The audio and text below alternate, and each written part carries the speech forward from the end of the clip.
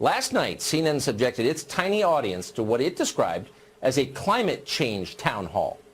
The thing went on for 7 hours. That's a long time. In fact, that's so long that climate predictions made at the start of the evening could have been proven wrong by the end.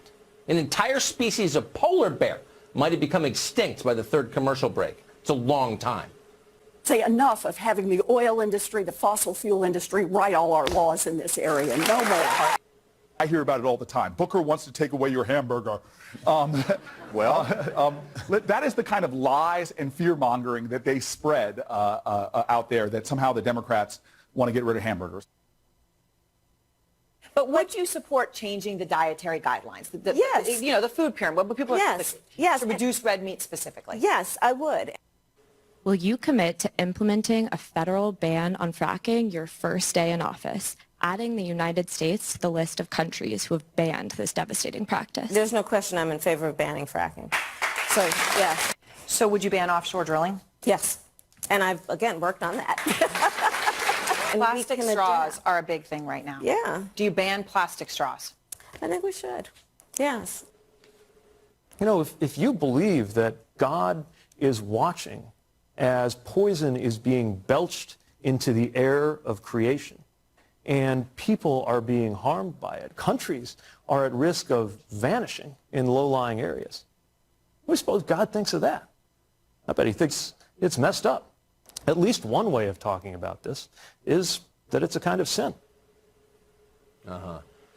According to an Associated Press report, Buttigieg flies on climate-destroying private jets more than any other Democratic candidate in the race right now.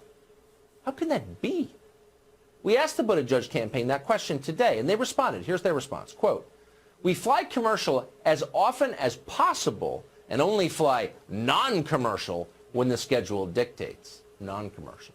Oh, that makes sense. The schedule dictates. So when it's convenient, Father Buttigieg follows his own commandments. The rest of the time, when the schedule dictates, he's happy to belch poison into the air of creation.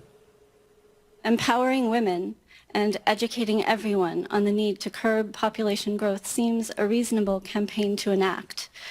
Would you be courageous enough to discuss this issue and make it a key feature of a plan to address climate catastrophe? Well, Martha, the answer is yes.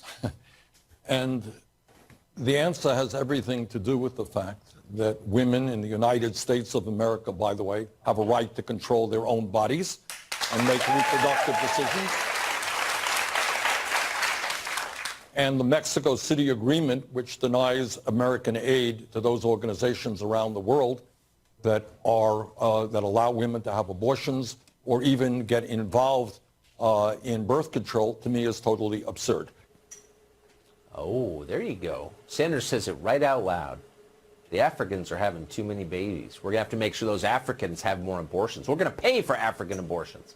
We're also, by the way, going to have to control what people eat, how they travel and where, what they do for a living. We're going to have to control every detail of their formerly personal lives. We're in charge now of everything. That's the message. We're seeing more and more instability around the world. You know, there's evidence that droughts that might have been partly worsened by climate change contributed to everything from the Syrian civil war to the migration out of Central America that's starting to hit our own borders. And this is just the very beginning. We could see climate wars in the future. Let's not let that happen. And he joked a lot about how he was feeling cold before being eventually confronted by an activist about global warming. Biden went over and shook the young woman's hand. He told her to look into his eyes, and then he promised to eliminate all fossil fuels in this country within the next 30 years. Life on Earth is at risk. Climate change, the single greatest concern for war. We are fighting for the survival of the planet Earth. It is a monumental crisis. It is about an existential threat to who we are as human beings. The UN has told us that we have about 12 years to get this right, or the consequences could be catastrophic. It is a monumental crisis, and I think what we have to dispel is this idea that it's happening 100 years from now. It's happening right now.